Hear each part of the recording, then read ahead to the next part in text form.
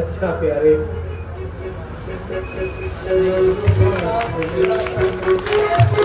सहानुभूति मेरे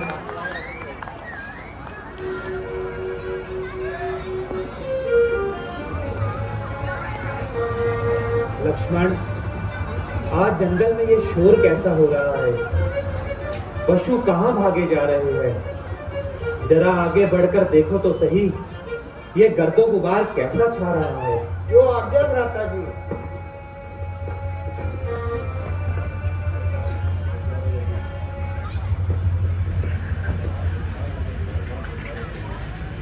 भाई साहब होशियार हो जाइए और अपने तीर कमान संभाल लीजिए। सूर्यवंशी झंडा वायु में लहरा रहा है और भर अंग्रेज सेना लेकर हमारी ओर आ रहा है। वह देखो न मंडल में ऊपर को धूल उड़ रही है, यह धूल उसी सेना की है। वो सारी सेना हमारी ओर ही बढ़ रही है। 100-200 नहीं, हजारों साथी हैं साथ भरत जी के। अच्छा ना दिखते हैं तो चलते नाथ भरत जी के। नाथ आज्ञा दो मुझे, भाई से आज निपटूंगा मैं। अन्याय न्याय पर चढ़ता है, ये कैसे होने दूंगा मैं। पहले ही हृदय जलता है मजली माँ की करतूतों से। क्या तो मेरा छूटेगा, कोई पूछे रजपूतों से। इस पर भी वह संतुष्ट नहीं, सेना ले लेने आता है। कमजोर समझ हमें वन में पकड़ने आता है। वह नहीं जानता है कायर, कुछ भला निर्बल में भी। जो बड़ा होता घर में, वही बड़ा है वन में भी। नाथ रोकते रहे सदा, पर आज चोटना न मुझे। यदि पुत्र सुमित्रा का हूँ तो उसका गरम मिटा दूंगा। श्री राम दुहाई, क्षण भर में पृथ्वी पर उसे सुला दूंगा। भैया, इस प्रकार क्रोध करना ठीक नहीं है। भरत हमारा भाई है, वह कदाचित इस प्रकार का कार्य नहीं कर सकता। और अगर उसने ऐसा किया भी है तो हमें ठीक प्रकार से जांच कर लेनी चाहिए। भरत भैया के विषय में ऐसा सोचना तुम्हारी भूल है। भाई भाई कैसा भाई? भाई तब था जब निर्मल था, है आस्तीन का सांप जो कभी बुझाओ का बल था। कुछ बैर नहीं झगड़ा उससे, झगड़ा है बुरे विचारों से। विष वाले तो तोड़ दूंगा, कुछ खौफ नहीं कंकारों से। रोकता नहीं मैं तुम्हें, अब मैं मेरे भ्रात, फिर शांत होकर सुन लो मेरी बात। पहले तो भरत गिर गया, यह नहीं समझ में आता है। उस जैसा तो सुशील भाई हर जगह न पाया जाता। फिर माना कि वो बदल गया।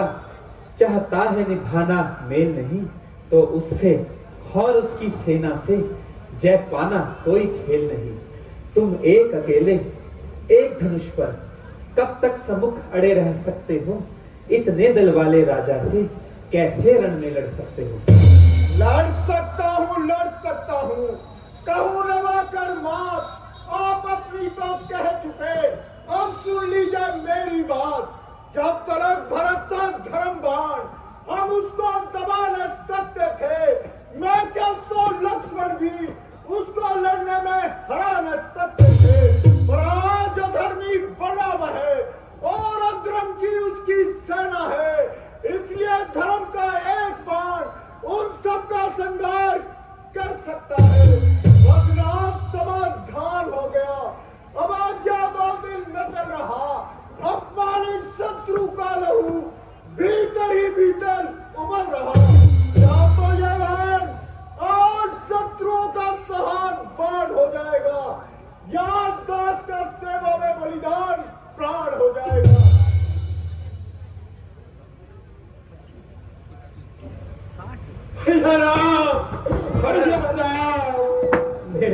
प्रणाम। भैया भरत, भैया मेरे भाई, तुम रोते क्यों हो? मेरे भैया, आखिर रोने का कुछ कारण तो बताओ। मेरी दाई बुझा, बताओ तो सही कि तुम्हारे रंज का क्या कारण है। ओहो, तुमने तो बच्चों को भी माफ कर दिया। भरत, यदि तुम बताओगे नहीं तो मुझे किस प्रकार पता चल पाएगा? चले हे भरत को आप सारी दुनिया से खोकर गुजारो जिंदगी के दिन किसके आसरे होकर।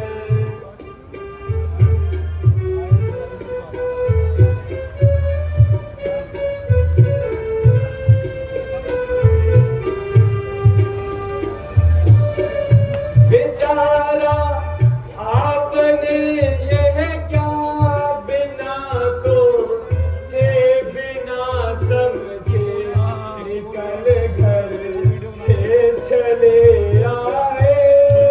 किसी के ना रुके रोके चले आए भरत को आप सारी दुनिया से ना कुछ तुम पर गिला मेरा, मुझे तेरी कसम भाई, तेरी सुन कर ये बातें हो गया सीना भस्म भाई।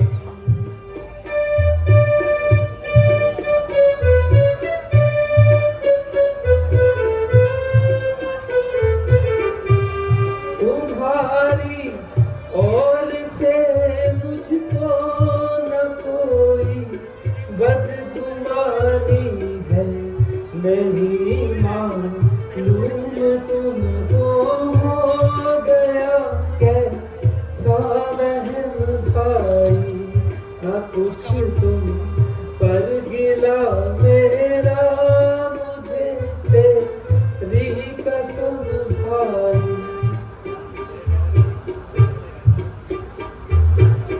मेरे प्यारे भाई, मैं सत्य कहता हूं कि मुझे तुम्हारे प्रति कोई भी नाराजगी नहीं है, और माता के खेल के बदले ना ही कोई रंज है।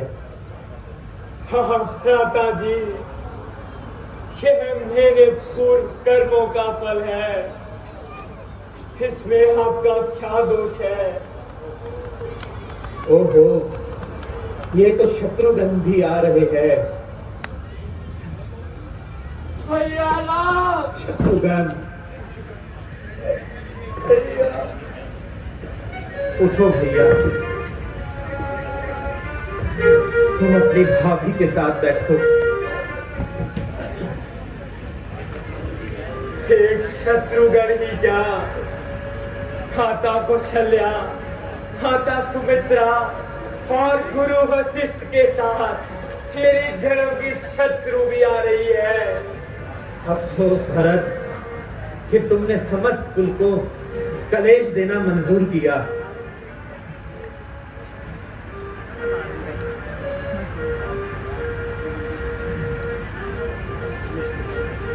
माता, माता, प्रणाम। चिरंजीव रहो मेरे बेटा, मेरे लाल। प्रणाम माता जी। प्रणाम माता जी। चिरंजीव रहो। चिरंजीव रहो मेरे लाल। प्रणाम माता जी। चिरंजीव रहो मेरे लाल। प्रणाम माता जी। चिरंजीव रहो मेरे लाल। सौभाग्यवती रहो बेटी, रहो मेरे लाल।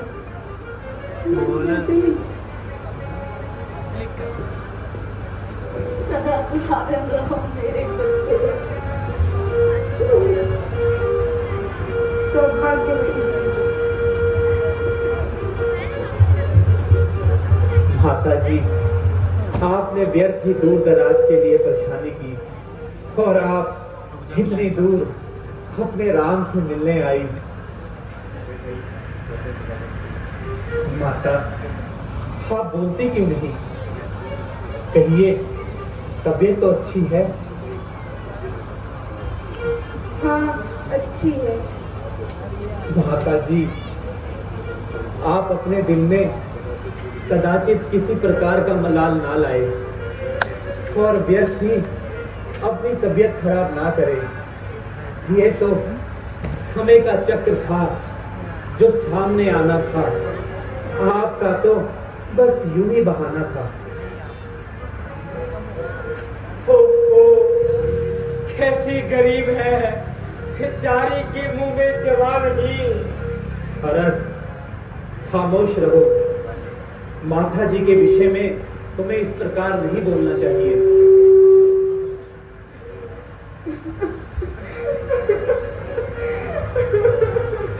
राम, मेरे बच्चे, मुझे क्षमा कर दो। मैं नहीं जानती थी,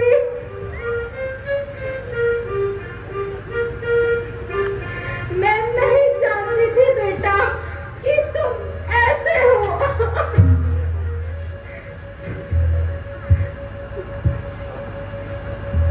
माता जी, आप खुद को संभालिए। मैं तो पहले ही कह चुका हूं, आप हमें और लज्जित ना करिए।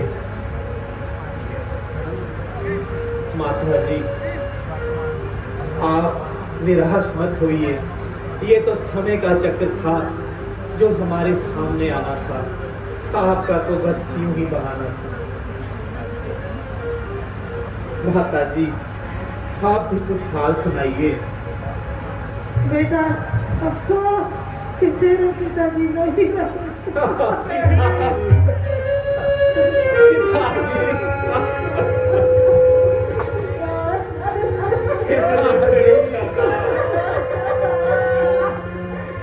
ओ फलक का गिरफ्तार, तू घर से निकाल कर भी हमको सताता रहा।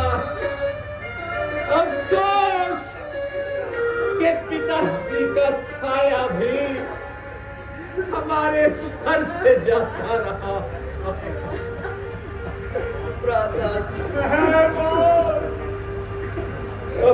तूने हमें दर दर रुला कर मारा है। वन में रुला रुला कर मारा। हाय अफसोस, ये गर्दी हमारे पीछे क्यों पड़ी है?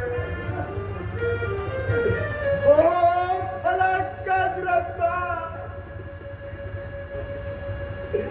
तू हमें क्यों बर्बाद करने पर अड़ी है? ओ जालिमा, तुझे भी अभी आना था। लक्ष्मण बेटा, सब्र करो। रोने धोने से कुछ नहीं होगा। बेटा, जो बात एक दिन जरूर होनी है, उस पर अफसोस करना बेकार है। और ये निश्चित असूल है, जो पैदा हुआ उसे मरना जरूर है। गुरुजी, एक दुख हो तो सह ले, यहाँ तो दुखों का ढेर ही लगा है। दादाजी, जो कुछ होना था वह हो गया। अब आप हमारे साथ शीघ्र अयोध्या चलिए और अपना राज्य संभालिए। अयोध्या नगरी आपका बेसब्री से इंतजार कर रही है। जैसे भी हो लौटिए। अवध इसमें टेक भिखारी की ठाकुर जी के मंदिर तक होती है दौड़ भिखारी की। बड़े भ्राता के होते छोटा नाराज कर सकता है, यदि यदि करता है तो ऐ हदर, यही तो धर्मशास्त्र की शिक्षा है।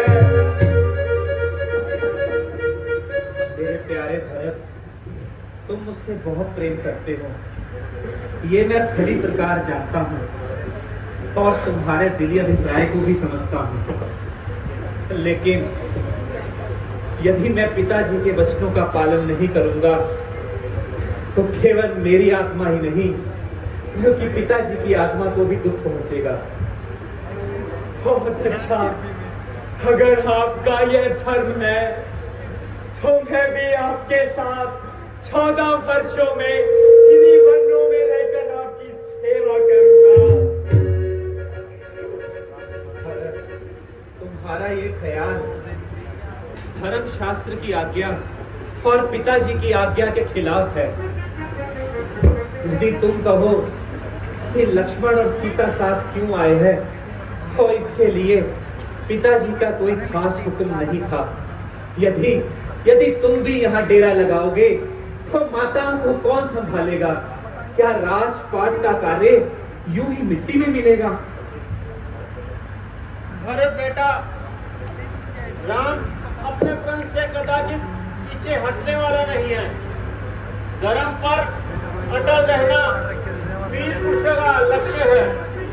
इसलिए तुम अपने प्रिया राम की आज्ञा का पालन करो और अवध लौटकर राजपाट संभालो। हाँ भैया, अब लौट जाना ही उचित है। सिर्फ 14 वर्षों का ही तो समय है। अब भी पूरी हो जाने पर हम तुमसे जरूर मिलेंगे। अच्छा भ्राता जी, यदि आपकी और गुरु जी की यही आज्ञा है तो मुझे यह स्वीकार है। परंतु एक काम कीजिए, मुझे अपने चरण पादुका दे दीजिए। मैं इन्हें अयोध्या की राजगद्दी पर सजाऊंगा और सन्यासी सा जीवन व्यतीत करूंगा। राम के अनुराग में अब भरत सन्यासी बना वास नगर में करेगा, किंतु वनवास ही बना। धन्य हो भरत, तुम धन्य हो, तुम दोनों धन्य हो। तुम लोगों ने दिखला दिया कि राजपाट के आगे कुछ भी मोह नहीं। एक वो है जो मर जाते हैं, कट जाते हैं राज पर। एक तुम हो जो लगा देते हो ठोकर ताज पर। अच्छा प्यारे, मेरी खड़ाऊ ले लो। अपना ध्यान रखना भरत। धरती रहेगी देश का उत्थान पादुका, भरती रहेगी देश का निर्माण पादुका, बांटेगी टूटे दिलों को यह पादुका है हमारी शान और अभिमान पादुका। अच्छा दादा जी, आज्ञा दीजिए, परंतु याद रखिए, यदि आप 14 वर्षों से एक दिन भी अधिक लगाएंगे तो भरत को कदापि जीवित न पाएंगे। प्यारे, तुम चिंता ना करो, मैं 14 वर्षों बाद अवश्य आऊंगा। अच्छा प्यारे,